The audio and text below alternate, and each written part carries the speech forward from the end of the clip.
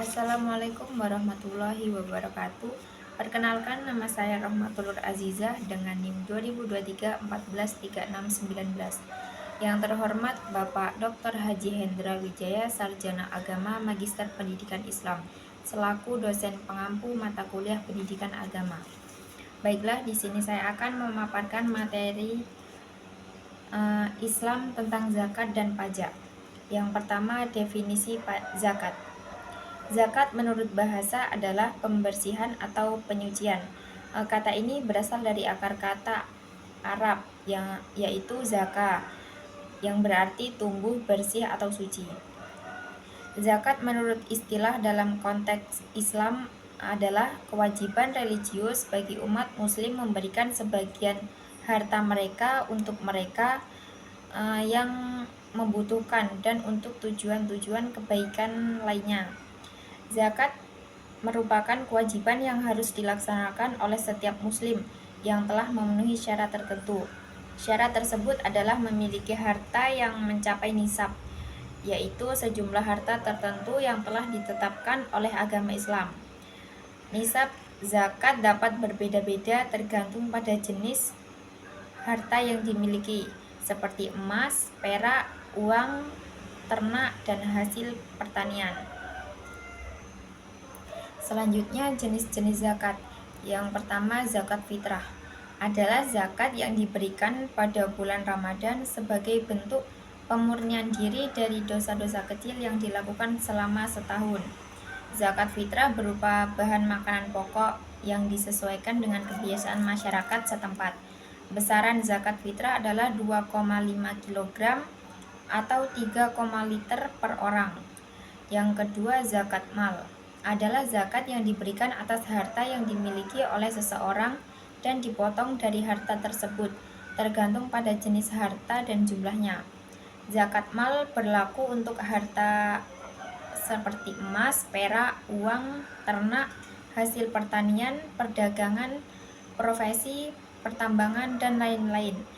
Besaran zakat mal bervariasi tergantung jenis hartanya, mulai dari 2,5% hingga 20%. Asnaf atau golongan penerima zakat. Yang pertama itu fakir, adalah orang yang sangat miskin dan tidak memiliki harta sama sekali. Yang kedua, miskin, orang yang miskin dan memiliki harta tetapi tidak mencukupi untuk memenuhi kebutuhan pokoknya. Yang ketiga, amil, yaitu orang yang ditugaskan untuk mengumpulkan dan mengelola zakat. Yang keempat, mu'alaf, orang yang baru masuk Islam dan membutuhkan bantuan untuk memperkuat imannya. Yang kelima, ghorimin, yaitu orang yang terlilit utang. Yang keenam, rikob, yaitu orang yang terbelenggu perbudakan. Yang ketujuh, fisabilillah, orang yang berjuang di jalan Allah. Dan yang kedelapan itu ibnu sabil, yaitu orang yang sedang dalam perjalanan jauh. Syarat-syarat zakat yaitu yang pertama, beragama Islam, yang kedua, merdeka, yang ketiga, harta yang dimiliki halal, yang keempat, kepemilikan penuh atas hartanya, yang kelima, mencapai nisab sesuai jenis hartanya, yang keenam, mencapai haul sesuai dengan ketentuannya, yang ketujuh, tidak memiliki hutang, yang kedelapan, harta atau penghasilan itu yang bertambah. Allah berfirman dalam Quran surah At-Taubah ayat 103 yang artinya, ambillah zakat dari sebagian harta mereka. Dengan zakat itu kamu membersihkan dan mensucikan mereka. Sesungguhnya doa kamu itu menjadi ketenteraman jiwa bagi mereka dan Allah Maha mendengar lagi Maha mengetahui. Materi yang kedua yaitu pajak. Definisi pajak.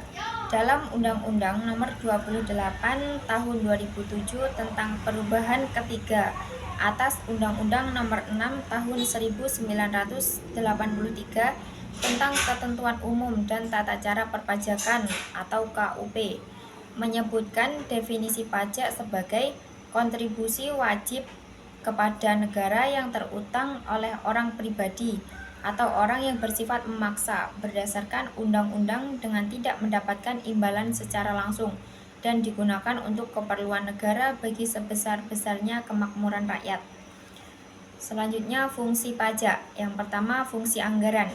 Manfaat pajak untuk membiayai semua pengeluaran negara seperti gaji pegawai negeri, gaji tentara, pembayaran utang pemerintahan, dan membiayai pembangunan. Yang kedua, fungsi regulasi. Pajak juga digunakan pemerintah sebagai pengaturan kebijakan negara atau yang biasa disebut kebijakan fiskal. Beberapa kebijakan fiskal antara lain penggunaan pajak bea masuk untuk menekan impor. Yang ketiga, fungsi stabilitas. Dengan adanya pajak, pemerintah memiliki dana untuk menjalankan kebijakan yang berhubungan dengan stabilitas harga, sehingga inflasi dapat dikendalikan. Yang keempat, fungsi pemerataan. Pajak adalah digunakan untuk menyesuaikan dan menyeimbangkan antara pembagian pendapatan dengan kebahagiaan dan kesejahteraan masyarakat, termasuk pembagian antar pemerintah daerah. Selanjutnya, jenis-jenis pajak. Pajak berdasarkan sifatnya.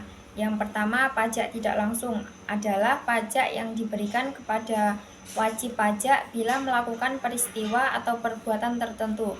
Contohnya, seorang baru akan dikenakan pajak PPN apabila membeli suatu barang.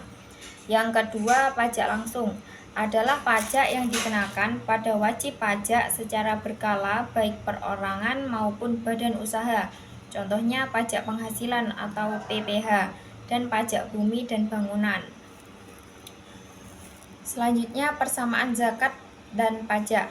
Yang pertama, bersifat wajib dan mengikat atas harta penduduk suatu negeri. Yang kedua, zakat dan pajak harus disetorkan kepada lembaga resmi. Yang ketiga, tidak ada ketentuan memperoleh imbalan materi tertentu di dunia. Yang keempat, dari sisi tujuan, untuk menyelesaikan problem ekonomi dan mengentaskan kemiskinan yang terdapat di masyarakat. Perbedaan zakat dan pajak. Yang pertama dari segi nama, yang kedua dari segi hukum, yang ketiga dari segi nisab dan tarif, yang keempat dari segi sifat, yang kelima dari segi subjek, yang keenam dari segi objek alokasi penerima, yang ketujuh dari segi harta yang dikenakan, yang kedelapan dari segi syarat dan ijab kabul,